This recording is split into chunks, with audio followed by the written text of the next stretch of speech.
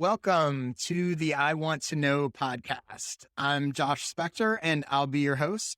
If you don't know who I am, I'm the creator of the For the Interested newsletter, which you can check out at fortheinterested.com/subscribe.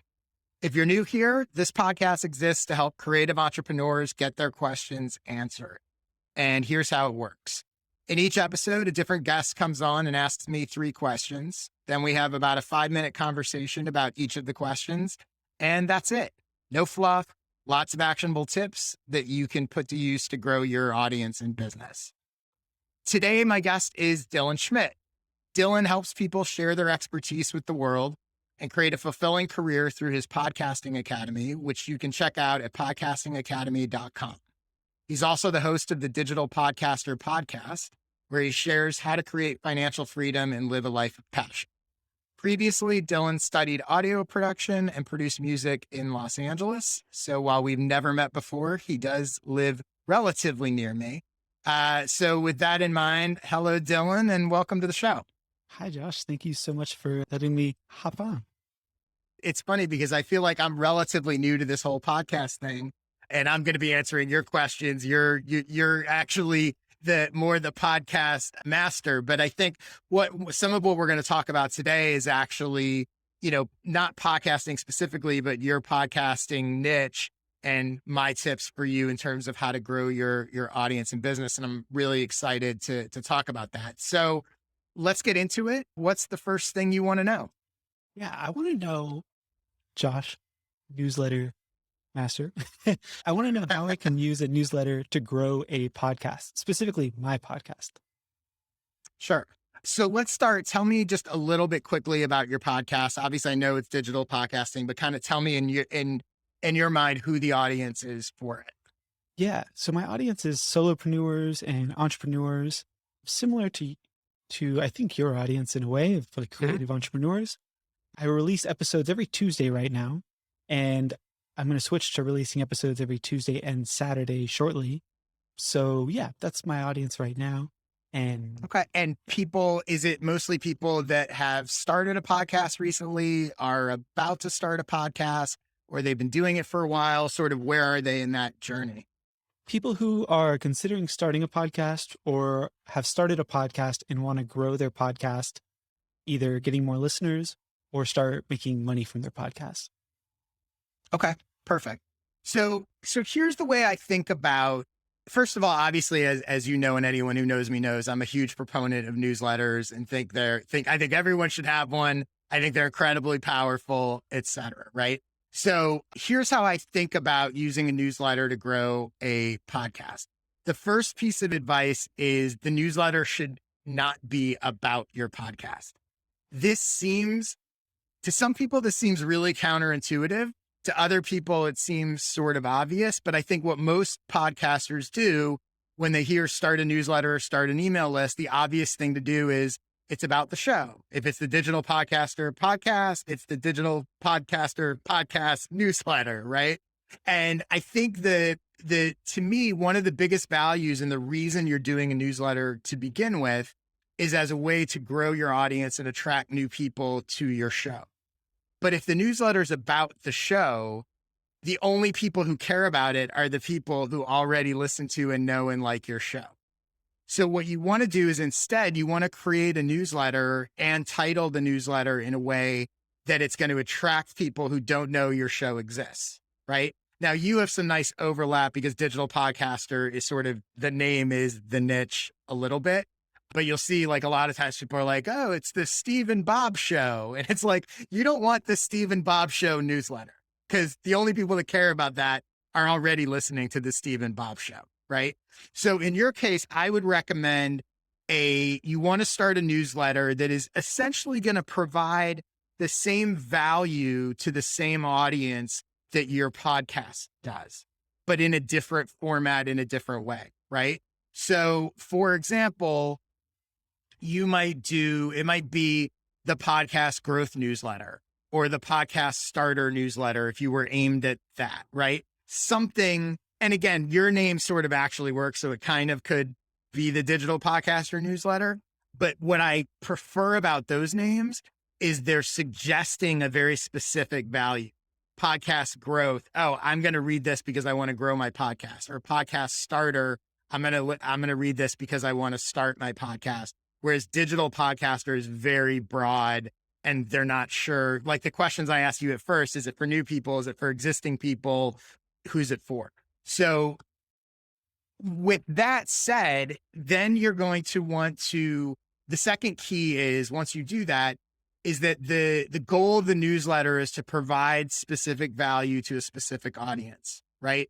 It's not promotional. This is another mistake people make all the time, right? They think their newsletter exists to just tell people about the next episode, the new episode. And the problem is again, people that don't know you aren't going to subscribe if it's just about your show.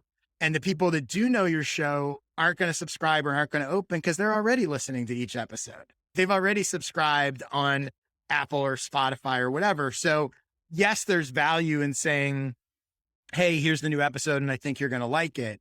But you don't want to fall in the trap of your newsletter only being that promotional stuff, right? So you want to look for ways to create and share value that you don't share maybe on the podcast. So there's different ways to do that. A simple way is curated content.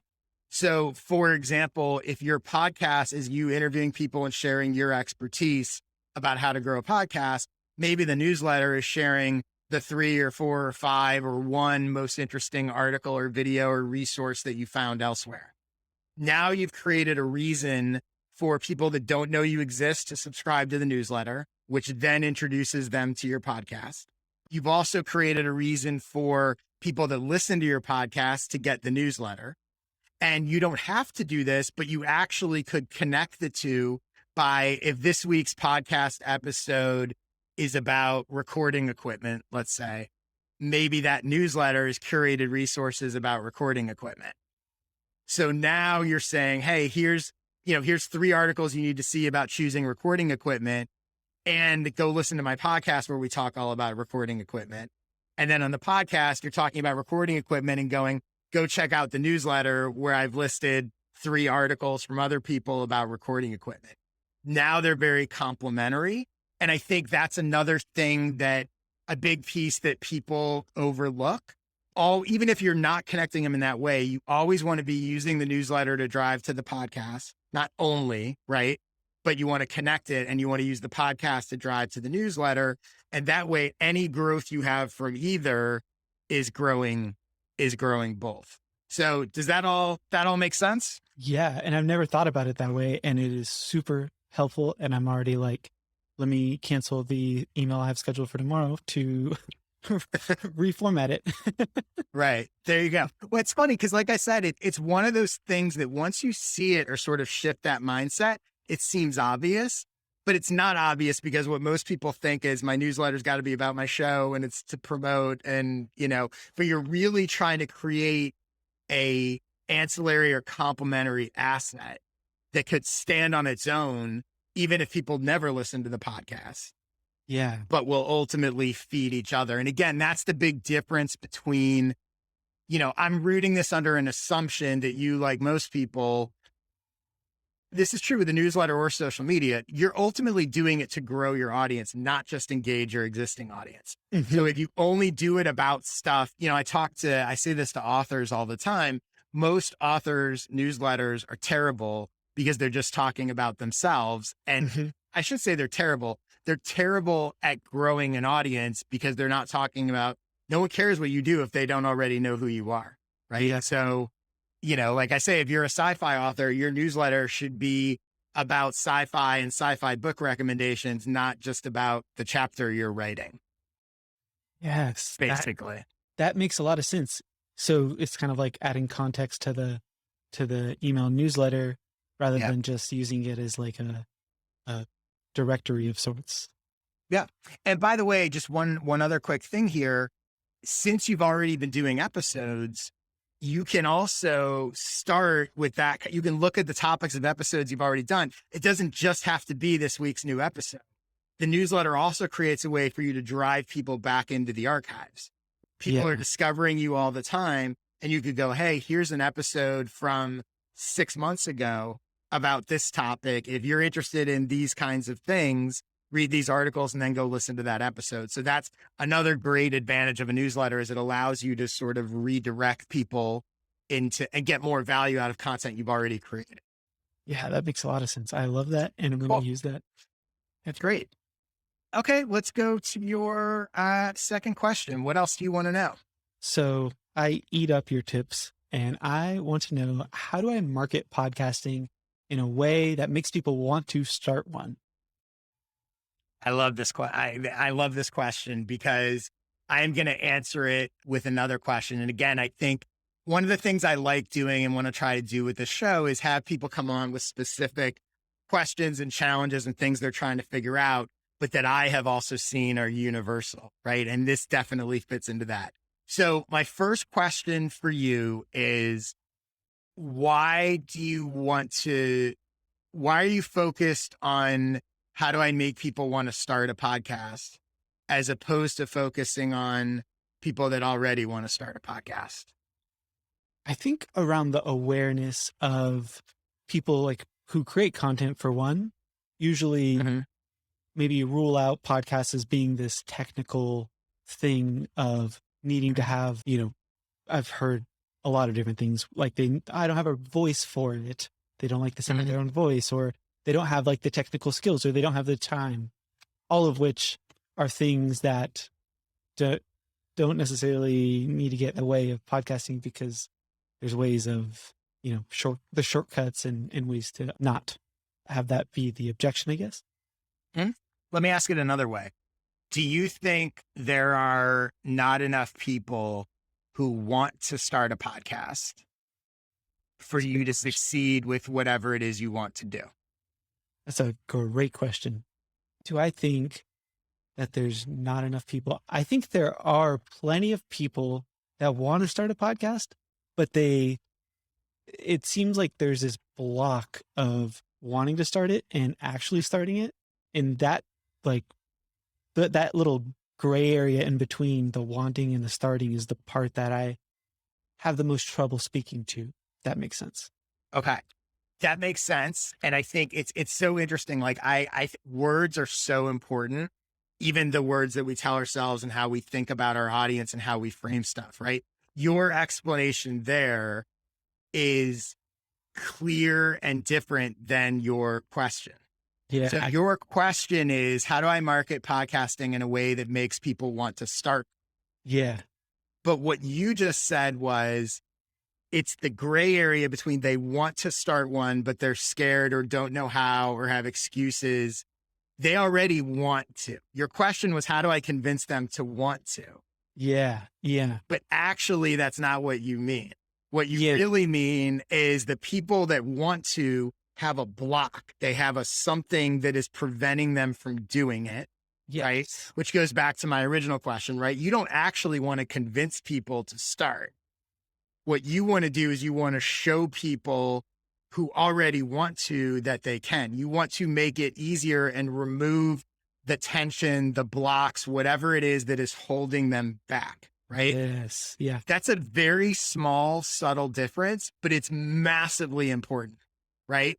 And I think important for all of your messaging because, and let me pull up, actually, let me go to I guess this is more your Podcasting Academy, right? I mean, I know it aligns with your podcast too, but Podcasting Academy, right? So right now the headline, and this is on podcastingacademy.com. Your headline is looking to share your expertise with the world and create an exciting and fulfilling career. Have more freedom and passion hosting your own profitable podcast. That is convincing people you're trying to convince people to want to start a podcast.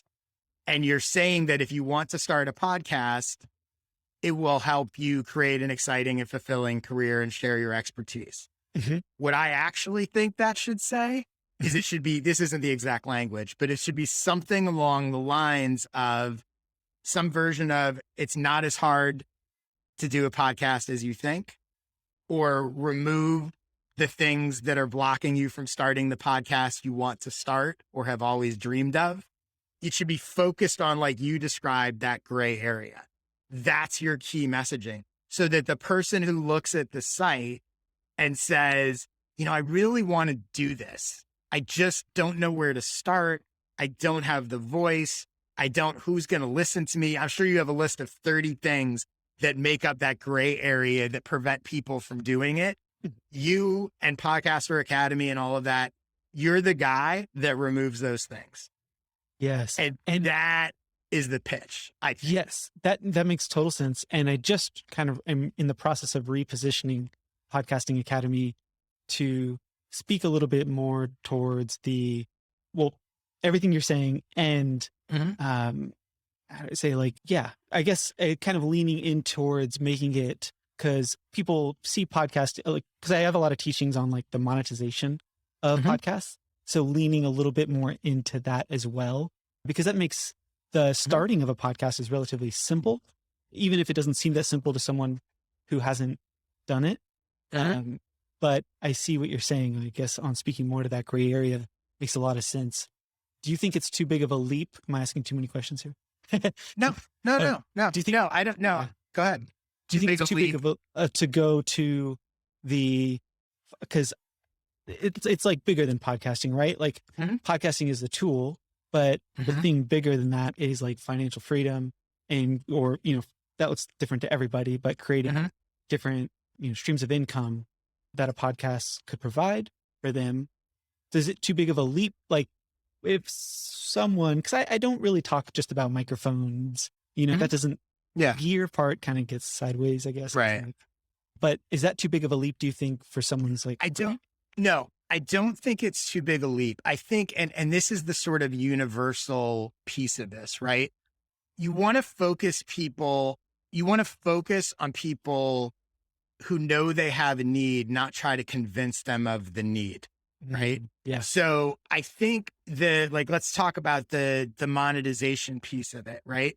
When you say it's very subtle, right?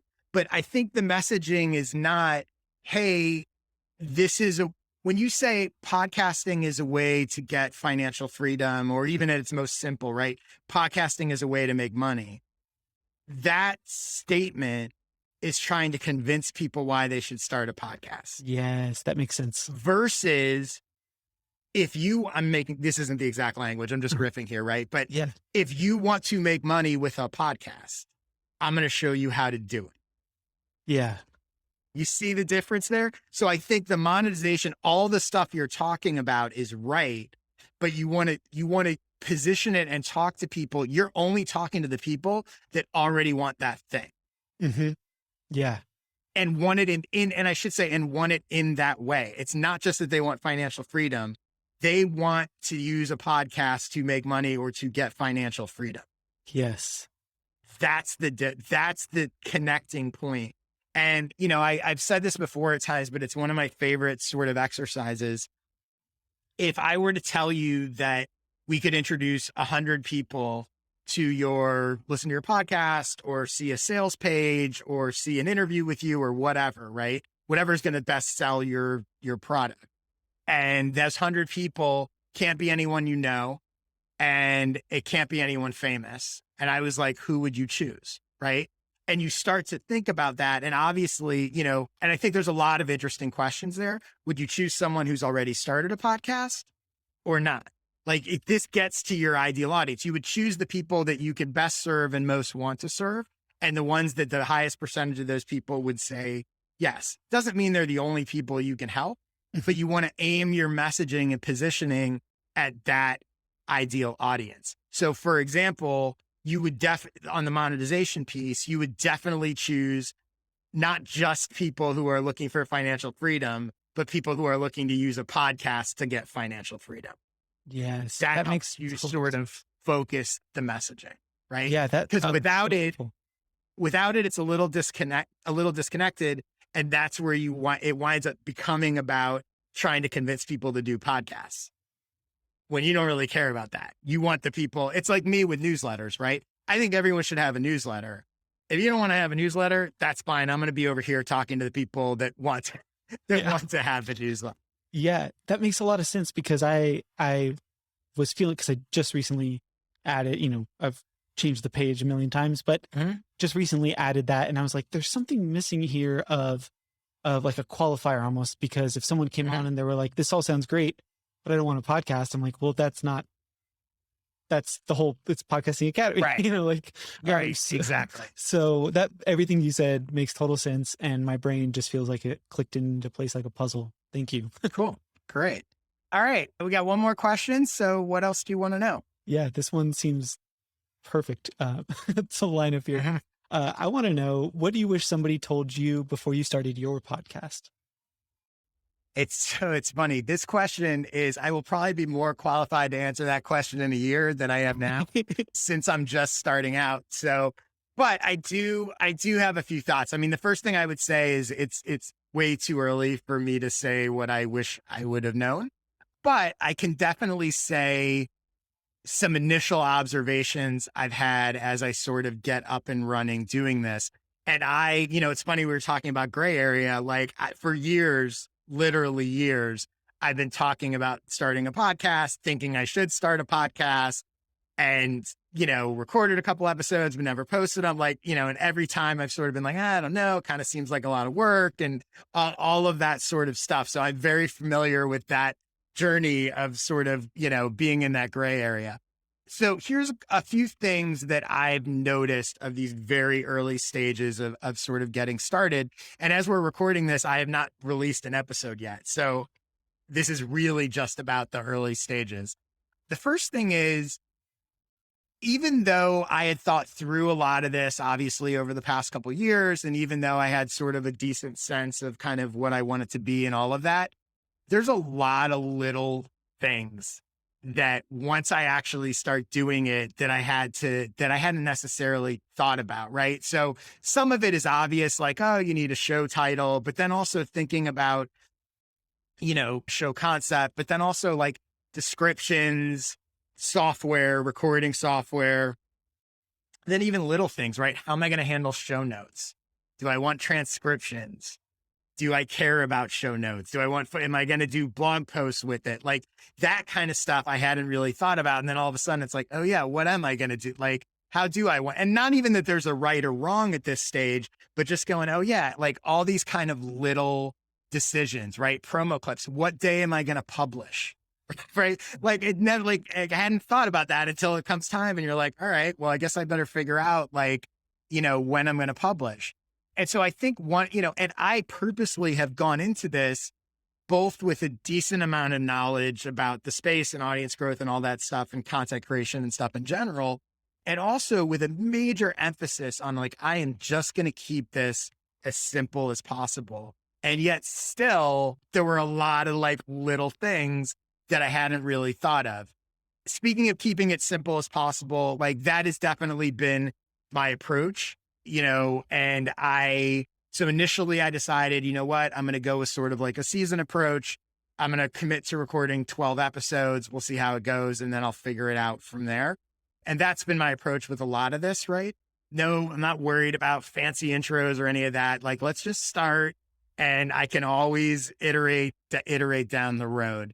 One of the things that was really helpful for me, again, with all these sort of questions, as I started to realize all these things that I had to figure out, was I literally just started a Google Doc and I just started writing down, especially like language, right? So I was like, this is the name of the show. What's my 1 sentence description of what it is, right? And I wound up with, it's where creative entrepreneurs get their questions answered. I'm like, okay, what's the 1 paragraph description of this show, right? What's the intro? What's the email that I send to guests to get them? Like I just started writing down all this stuff. And that was really helpful because as new things came up, I didn't have to reinvent the wheel. I could go, okay, well, I already wrote a 1 paragraph description of this.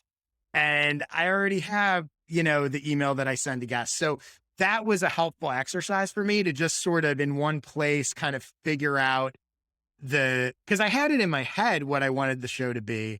But it's very different, it can't just be in my head. I need to be able to like describe it and have that kind of stuff. So that was helpful. The other thing I would say is, and again, I wouldn't say that this is necessarily something I wish somebody told me, but it's something I guess I'm curious to see. I have no idea how this show is going to do. But I do know, unlike a lot of other people who start podcasts, I have an existing audience. I've published a newsletter for 6 years. I have the advantage. I have a good sense of what people want from me. I've done a lot of consulting. It's interesting, like this podcast is shaped towards things I've done. I've been guests on podcasts. I've done consulting where people ask me questions and I'm able to answer it. So I think that's the other thing. We'll see how it does, but I'm optimistic that while I'm new to podcasting, I'm shaping this in a way that is sort of doing things that I've done a lot of before. Right. So Yeah. this is one of the first episodes I've ever recorded, but it's not the first. It's far from the first time I've answered questions. I know who my audience is. I know kind of what I'm trying to speak to. And it's it's a massive advantage to be able to launch something and send an email to 18,000 people who read my stuff and say, hey, you might like this, right? So doesn't mean it's going to work. And to be honest, I have no idea what work even means, right? Like in terms of numbers of downloads or any of that, I really have no idea what to expect. Everybody I talk to says, it's funny. Some of the advice I got, I think it was from this guy, Jeremy Enns, and he had said, I'm going to butcher his exact words, but it was something along the lines of like, he was like, you're going to get way fewer downloads than you think. It's going to take you way longer to grow your audience than you think, but it's going to be way more valuable than you think.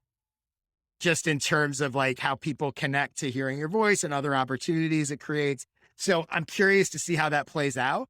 My guess is he's probably right in some capacity, but yeah, we'll see. So, I will have to have you on down the road or get back to you with a real answer to that question of what I wish I knew or wish somebody had told me. But let me ask you before we wrap up here, because you have been doing it a little longer than me. What do you wish somebody told you, or as someone who is more of an expert in this space than I am, I'll give you the chance to actually tell me what should I wish somebody told me? Well, I mean, I think there is like a precious moment in time where like you're only have recorded a couple episodes and it feels like this brand new thing that it's almost hard to capture. Like I have difficulty remembering sometimes what it's like in the very beginning. But yeah. I mean, I wish someone would have told me that like I learned this, but then I just wish I would have learned it maybe a little sooner. Someone would have told me.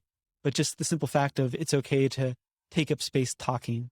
Like to me, writing words, it feels like it's because the people usually do it on their own time or something like that. Mm-hmm. But when, I don't know, something about, for me personally, when I'm talking, it feels not natural. Like if I think about talking to a bunch of people, it feels like maybe I need to not say certain things or I need to rush what I'm saying.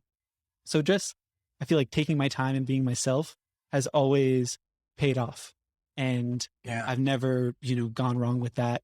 If someone would have said that to me sooner, I mean, probably would have been helpful, but I didn't know it now at least. But I'm really excited to follow your journey. And I love how you're doing it on your terms, which is something a lot of podcasters don't do, is they try to fit some other mold, but like you've created a container for how you want to do it and how you like it. And I think that is the most important thing. And as a listener, as I'm listening to the show in the future, I know that will be one of my favorite parts of your podcast, is that it's how you want it, but it makes it kind of how I want it too. Cause maybe I didn't even know how I wanted it. And the way you've said it, cool. Is so cool. Thank you. No, I appreciate that. And it's funny. And that is absolutely, I love that you said that, because I do think that's another probably takeaway I have at this stage is, I very purposefully, I'm trying to create there's all sorts of different ways to do shows. Right. Yeah. And I knew I didn't want to do the like, oh, I'll just have guests on and interview them like everybody else does. And it'll be an hour and it'll be whatever. I really tried to create this in a way that reflects, again, it's not the only way to do it, but I do think most shows have too much backstory, not enough sort of actionable, like get to the point. Yeah. I'm a fan of things in general that are modular. This obviously be very easy to break up and share and repurpose in different ways, trying to make it very actionable and sort of useful and things that people can do, not theoretical, not, any of that kind of stuff. So we'll see. But yeah, you're right. I think I'm a big believer, not just with podcasts, but with everything of, you can do it however you want to do it and see how it goes. And my hope is that this format will work. I know it's a little different. It's a little unique. And if it doesn't, I can always scrap it and do it a different way. So we'll see. Cool. So Dylan, before we wrap up, is there anything, if you want to just plug your website or any place people should go to learn more from you? Yeah. Well, I'm hanging out on my own podcast, Digital Podcaster, where I do things a little bit more free flowy. I'm also hanging out in Podcasting Academy, which is my online membership all about, as we talked about in this episode, building a profitable podcast. So excited about that to grow that over the next year or so. Yeah, great. And for me, if you're listening and you don't get my newsletter, I highly recommend it. I might be biased, but you should check it out. Yes, Thank you. fortheinterested.com/subscribe to get that. I do a series of 1-hour video workshops called Skill Sessions. You can check those out at joshspector.com/sessions. If you would like to hire me as a consultant or for a coaching call, go to joshspector.com/consulting. And if you would like to be a guest on this show and ask me 3 questions at some point, go to joshspector.com/questions to apply. And that's about it. Thank you for your interest and see you guys next week.